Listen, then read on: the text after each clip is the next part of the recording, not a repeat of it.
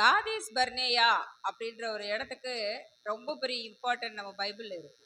எப்படி அப்படின்னா, உபாகமம் 2ஆம் அதிகாரம் 14ஆம் வசனத்துல இந்த காதேஸ் பர்னேயாவை பத்தி எழுதப்பட்டிருக்கு.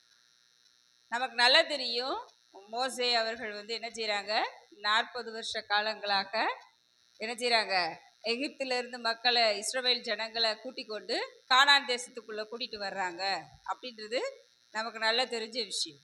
ஆமா தானே?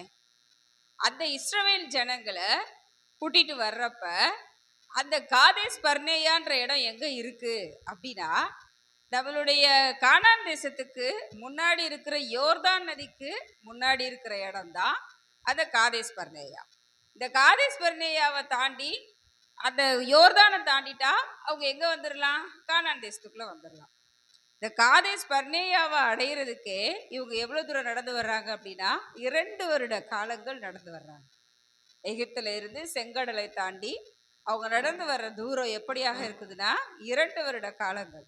இந்த 2 வருட காலங்களும் ஆண்டவர் அவங்களுக்கு செய்த அற்புதங்கள் அதிகமான அற்புதங்கள். தண்ணீர் இல்லாம போகுது, கண்மலையிலிருந்து தண்ணீர் கொடுக்கிறாரு, அதாவது கசப்பான தண்ணீரை மதுரமாக மாற்றுறாரு. எவ்வளோ விஷயங்களை ஆண்டவர் செய்து அவங்களுக்கு மன்னாவை சாப்பிட கொடுத்து அவங்கள போஷித்து கூட்டி கொண்டு வர்றாரு. அங்க இருந்து கூட்டிட்டு வந்து அந்த காதேஸ் பர்னேயான்ற இடத்துக்கு கூட்டி வந்த பிறகுதான் ஆண்டவர் என்ன சொல்றாருன்னா, 12 கோத்திரங்களுக்கும் கோத்திரத்துக்கு ஒருத்தரா என்ன பண்ணு, அந்த கானான் தேசத்துக்குள்ள அனுப்பி வை. நம்ம என்ன செய்வோம், அங்க போய் எப்படி இருக்கு, சூழ்நிலைகள் எப்படி இருக்குன்றத பார்ப்போம் அப்படின்னு சொல்லி என்ன செய்யறாங்க, இவங்க என்ன பண்றாங்க, மோசே 12 பேரை கோத்திரத்துக்கு ஒருத்தராக தேர்ந்தெடுத்து 12 பேரை உள்ள அனுப்புறாரு.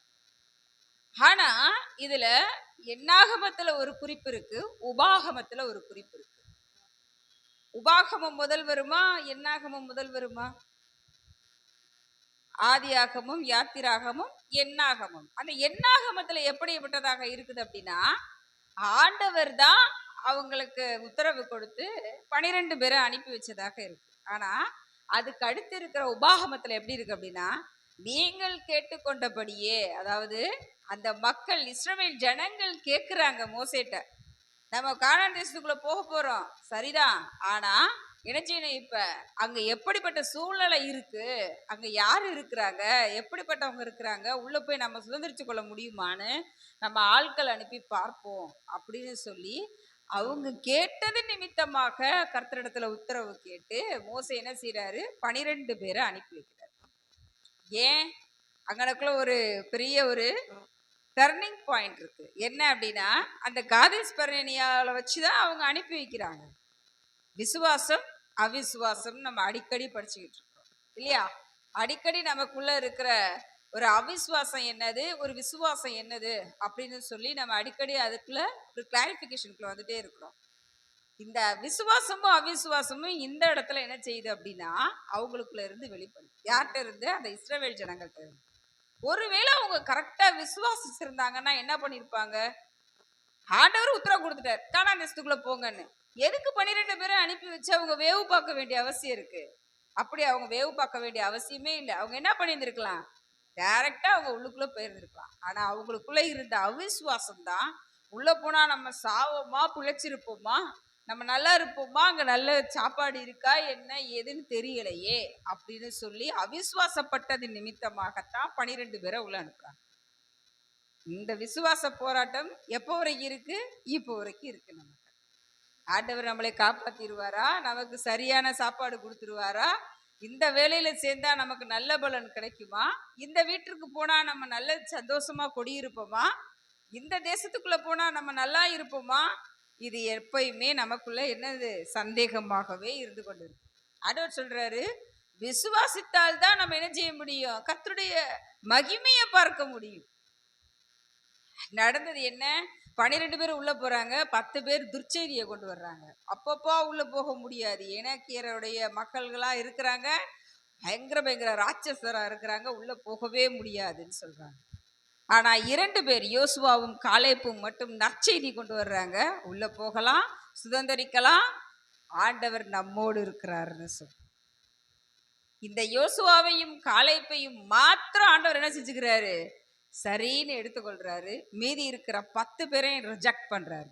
எப்படி அப்படின்னா, அந்த 2 வருட காலங்கள்ல அங்க காதேஸ் பர்னேயாவுக்கு வந்த பொழுதிலும், இவங்க சொன்ன அந்த துர்ச்செய்தி நிமித்தமாக, என்ன நீங்க விசுவாசிக்கல இல்லையா? அப்படின்ற அந்த கோபத்தின் நிமித்தமாக ஆண்டவர் என்ன செய்றாரு, அடுத்த 38 வருஷம் அவங்கள வனாந்திர பகுதியிலேயே தாபரிக்க விடுறாரு. ஒவ்வொரு இடமா போய் பாளையம் இறங்குறாங்க, ஒவ்வொரு இடமா போய் பிடிக்கிறாங்க, ஒவ்வொரு இடத்துலயா அவங்க போய் சஞ்சரிக்கிறாங்க, அங்க போய் இருக்கிறாங்க, கூடாரம் போடுறாங்க, நாட்டை பிடிக்கிறாங்க, எல்லாம் சரிதான். ஆனா அவங்க கானான் தேசத்துக்குள்ள போகவே முடியல. அடுத்த 38 வருஷமும் அதே வனாந்திர பகுதியிலேயே அவங்க இருக்கிறாங்க. அதுக்கு காரணம் என்ன?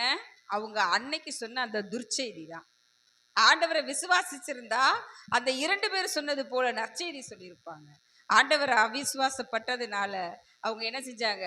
10 பேர் சொன்ன அந்த துர்ச்செய்தி நிமித்தமாக ஆண்டவர் அவங்களே சாபத்துக்குள்ள கொண்டு போய் 38 வருஷம் அலைந்து திரிந்து மறுபடியும் அவங்க உள்ளுக்குள்ள போறப்ப யோசுவாவும் காலேப்பும் மாத்திரம்தான் உள்ள போனாங்க.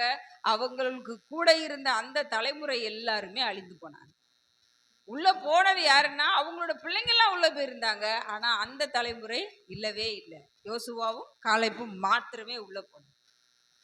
இந்த விசுவாச போராட்டம், இந்த விசுவாசத்தினால் வருகிற அந்த நற்செய்தி, இது நமக்குள்ள எப்பயுமே வேணும். நமக்குள்ள வேணும் அப்படின்னா நாம இருக்கிற இடத்தை நம்ம என்ன செய்யணும்? விசுவாசிக்கணும்.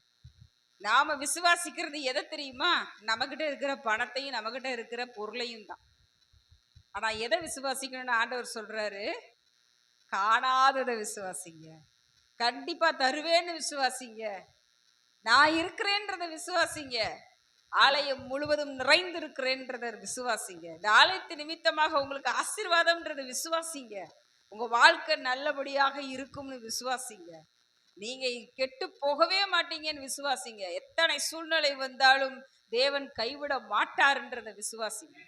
இந்த விசுவாசம் நமக்குள்ள இருக்கிறப்ப நிச்சயமா காதேஸ் பர்னேயாவில் ஏற்பட்ட ஒரு டர்னிங் பாயிண்ட் நம்ம வாழ்க்கையில. ஆமென்.